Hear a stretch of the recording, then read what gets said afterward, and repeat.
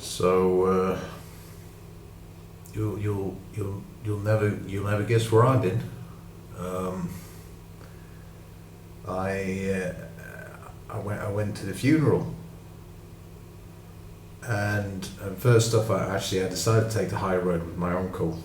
That happens later, but I realized I use conflict as kind of a distraction when I'm worried about a real problem. I've noticed I sort of I come up with ways to confront people who have done something to me, and then sometimes I just decide not to because I was only distracting myself from something else. And I guess that's good. I guess that makes me a more peaceful person in a way, really, because most people they just confront, right? So I guess that's kind of a good thing. Um, but I decided to take the high road, and I'll get into that later because at first we were so quiet, we didn't say much, and I found this on my way there. I found this little rose. It was a pink rose. It was made out of plastic. It was one of those because they have a lot of plastic flowers too at funerals, and I found one of those. They've fallen off. Sometimes they fall off. There were like a whole trail of them. So I picked one up and I decided to put it in my jacket square. And first I found like a red one, but I thought that made me look like Don Corleone. So I found a pink one. I thought, yeah, that feels a bit more funerally, I guess. So I got that one, and I put it in my square, and suddenly, I upgraded my suit. Looked a bit nicer, and it's supposed to look nice for the funeral. So I did, and I went, and we went into this office, and they gave me a death certificate, and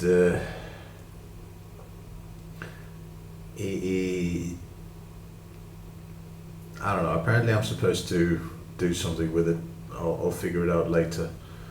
But they gave me a death certificate, and then it was time for the funeral part of it all. So we went for another stroll down to the crematorium, and then we followed a hearse there in a car, and we followed the hearse. We got there.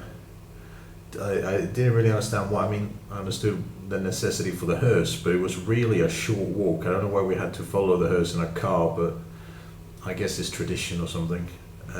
So we did, and then they brought out the box, and that was overwhelming for me. That was difficult to look at the box.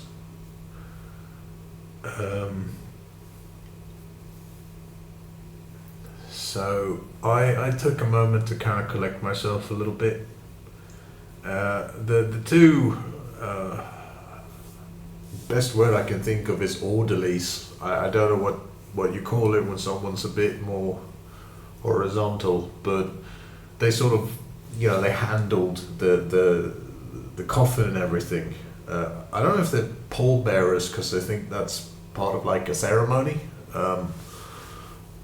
But they were handling it in any case, and I guess they were sort of orderlies in a way. That's kind of what orderlies do. They handle things, and they were really nice and really understanding. They were a bit sort of older, a bit of salt and pepper, so they you could tell they had experience, and they were very understanding. And they asked if we wanted to take a last look, and that kind of confused me for a moment because it happened just before Christmas. It's been a while. I'm kind of thinking, do I want to see? Do I want to see what's in there? But I mean, they looked at it like it was a normal question, and I figured, it probably Probably wouldn't be like, The Walking Dead or something in there, because then they wouldn't have acted. They probably wouldn't have.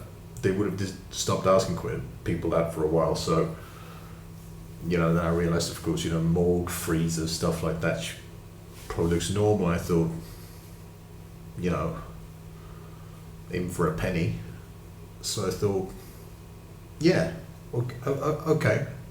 I'll say goodbye to it. Maybe I'll need that closure. I'll try it different this time. I'm sort of legally required to be in charge of doing a lot of this funeral stuff. So, while I'm here, may as well see what funerals are like. And she did look basically like herself, except for the lividity, of course. It looks a little bit like bruises, but it was basically her, just there.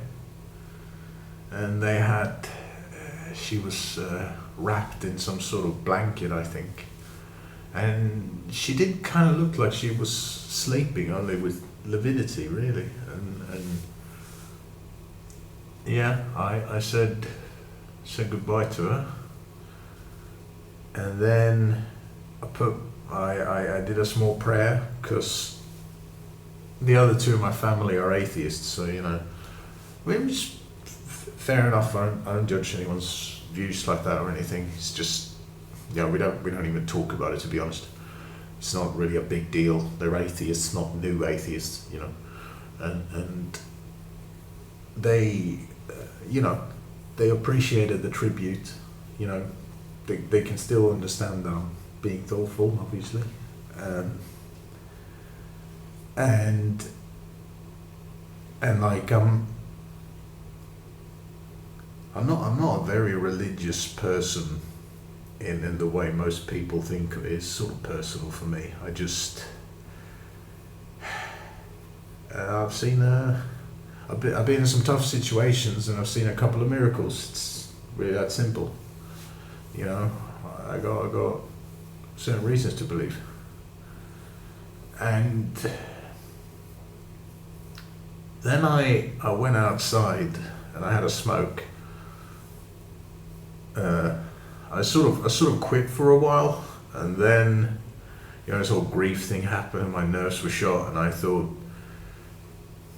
I'll quit later, which I will, because I know now how to actually do it, how to get rid of cravings, all that. I'm not worried, but yeah, it kind of helps with the nerves.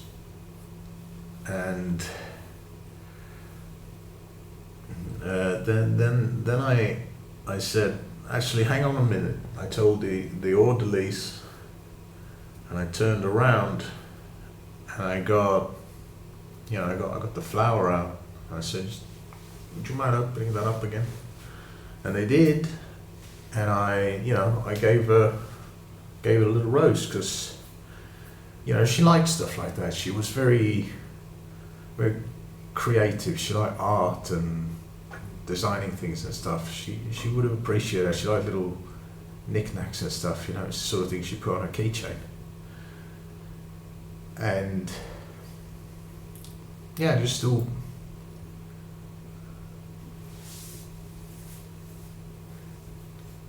just made sense. And then they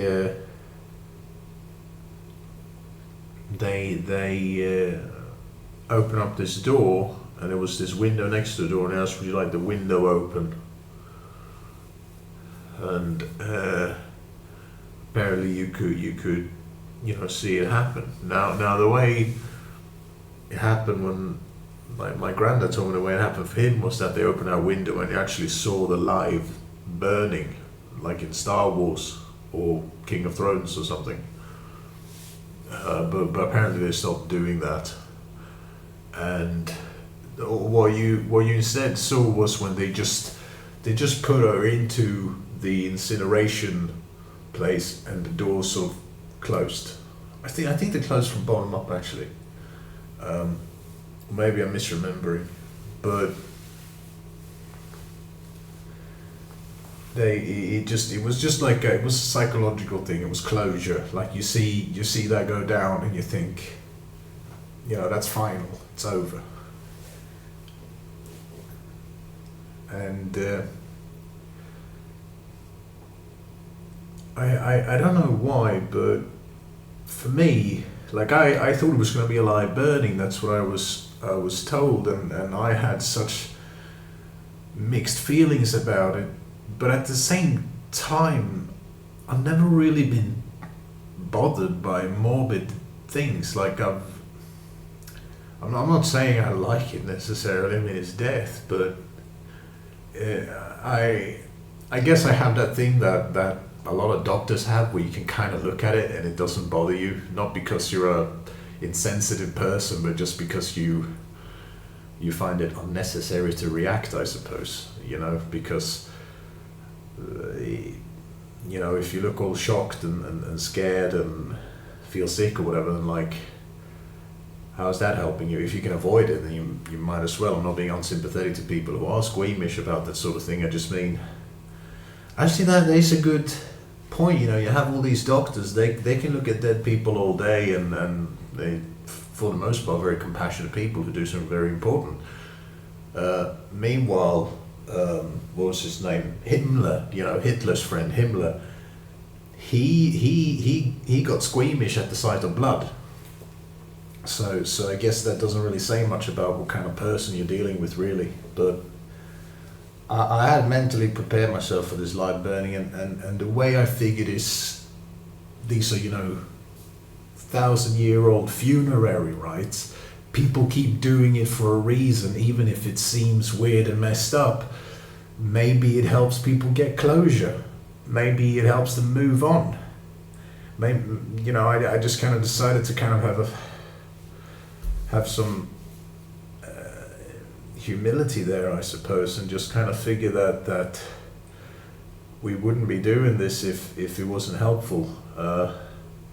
I guess they changed their policies. I guess it wasn't helpful. That's the Catholic Church for you, I suppose. But yeah, it was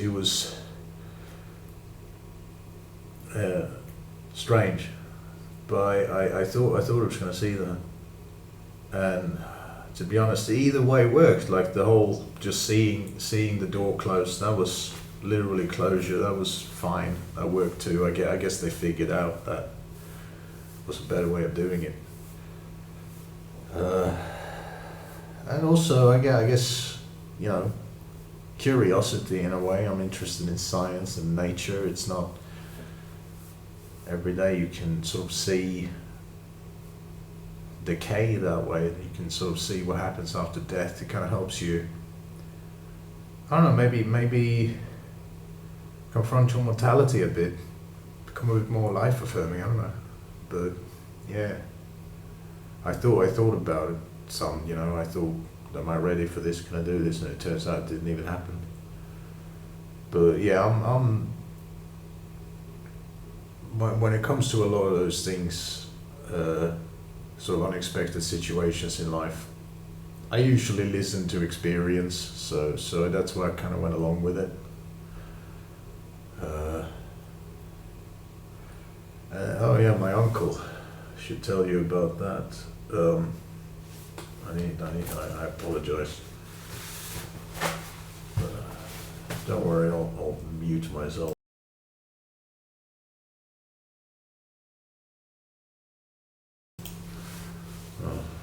I'll throw that away as soon as I'm done recording, don't worry. My uncle, right, yeah, so afterwards we decided to have something to eat. And my granddad is obsessed with making peace between us, so I figured, okay, I'll do it for the old man's sake. And yeah, I don't know if my uncle tried to start shit. Because it was kind of an expensive restaurant. He kept talking about how cheap it was, and like at first, like he said it once, I didn't think about it. He was saying like 5 times, like he was trying to get me to be like, actually, this is kind of pricey, €3 for a Coca-Cola, but Instead, I got a bit clever with it. So I was like, well, hey, with a view like this, that's what you're paying for, isn't it? I just went into it with middle class chattering, right? And that kind of worked. I guess, yeah, I don't know what that was about, but as soon as he felt a bit acknowledged about it, he dropped the subject.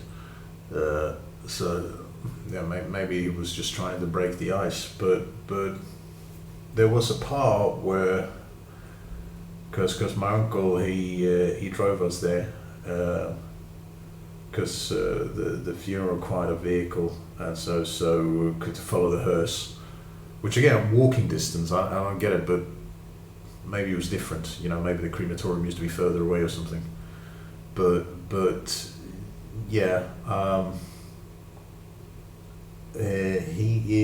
we were there, and when it was time to order our drinks,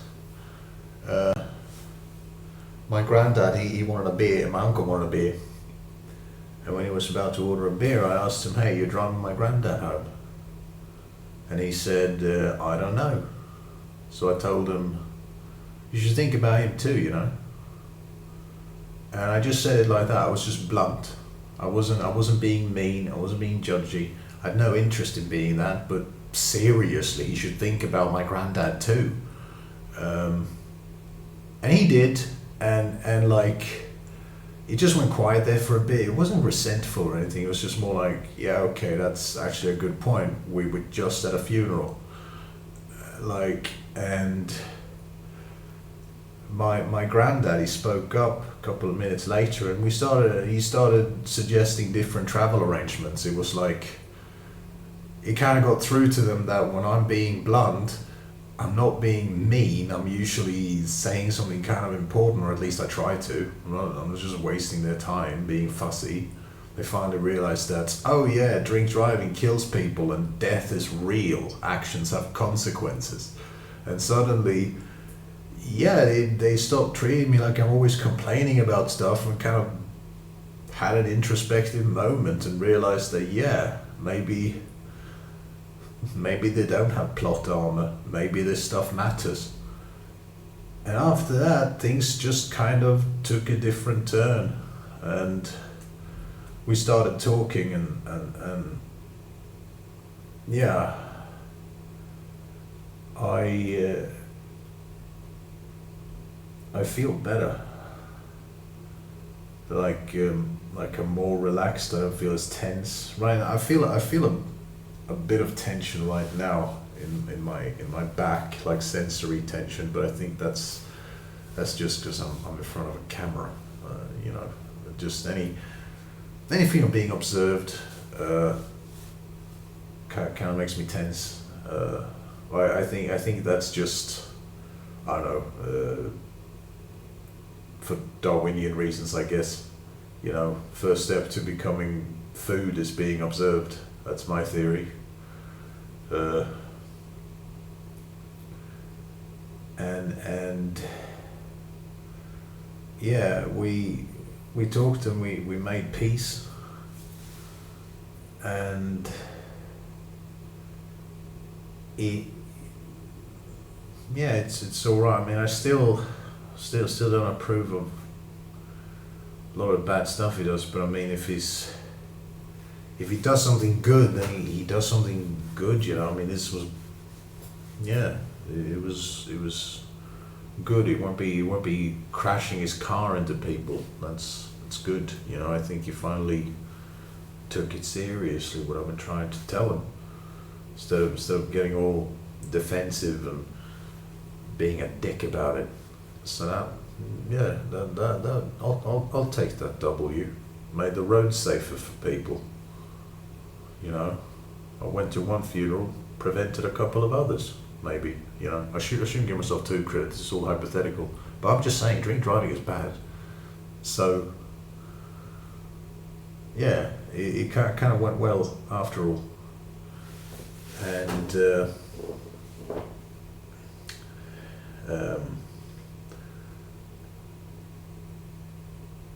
I guess it went better than expected. I thought it was going to be a bunch of stupid drama, and it wasn't.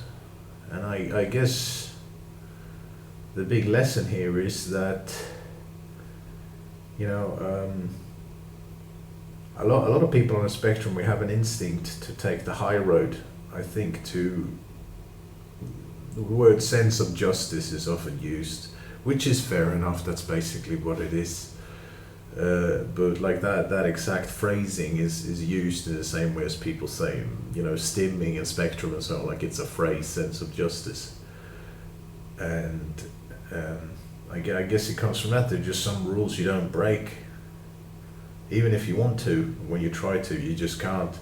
And that instinct, a lot of people see it as a weakness, but I think it might be a strength. I think we get pressured a lot into conforming, but sometimes there is a higher road, and you know, the path to destruction is big and wide, and the path to salvation is narrow and stony. I think something like that. I try to be secular minded, but you know, funeral today, I guess I'm in a sort of scripture-y kind of mood.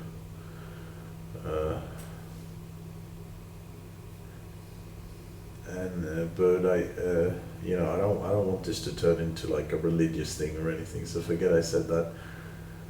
But I just mean maybe that's a good instinct. Maybe you know, maybe there is a third option. Maybe you don't have to be a doormat. You don't have to be mean. Maybe you just have to be what nobody else bothers being, and then you'll have your third option. Maybe you just have to be a bit different.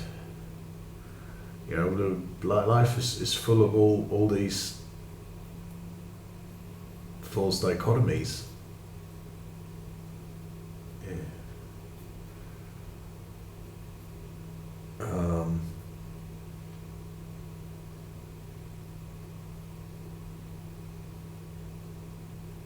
But I do feel better.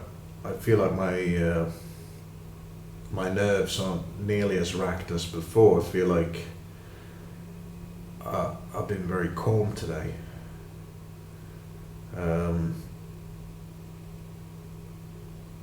It's strange to say, but in a way, it's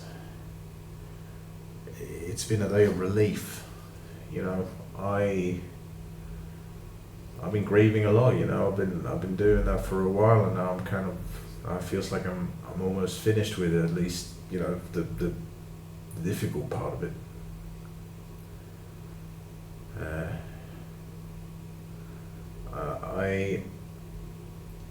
I know a lot of people, of course, they carry these feelings around for a long time, and I don't know how, but I've always been very good at quickly processing my emotions.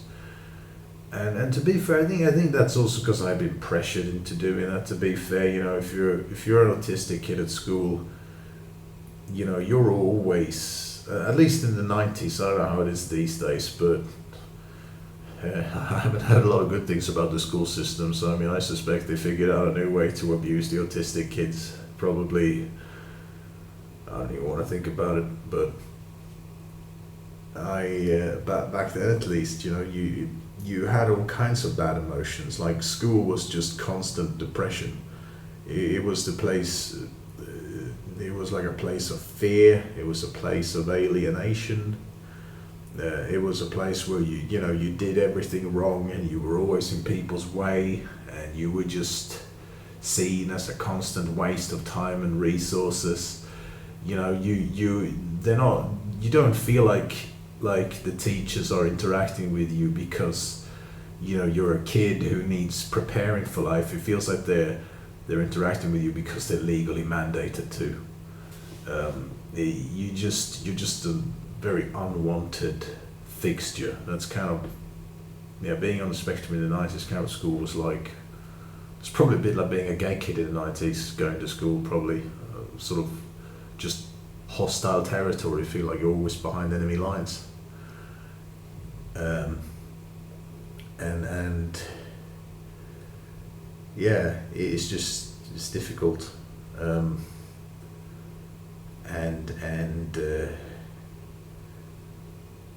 I got I got a lot of tension back then because of that, and as a result, you had to process your emotions quickly. You maybe you could, sneak off someplace quiet during one of the breaks or something and just take deep breaths and fall apart and then pull yourself together in 15 minutes. And it's like, yeah, I don't even know it. I don't think it's healthy for 8-year-olds to do that. It's the sort of thing you'd expect someone to do when they're like a 45-year-old executive at a failing PR company. It's weird how they treat children that way, quite frankly. Even with all the pseudoscientific garbage that they had on their side back then, that they decided to believe in. I mean, why didn't it ever just occur to them that they're making someone suffer, and how you can tell yourself as many high-minded ideas as you want about it, but you're still causing someone pain and suffering. Like why can't some people like just see that? I don't know, but that's, yeah, I guess it's that sense of justice thing again. It's like, once I know something is wrong, you just don't do it. I don't know, it's just something stops you from doing it. And yeah, I guess that worked out today. I mean, as offensive as it sounds, I had a productive funeral. Funerals aren't supposed to be productive. In fact, I even said that suggests I've been brainwashed. But yeah, I guess funerals have a purpose. They help you move past things. Oh, only half an hour this time. Good for me.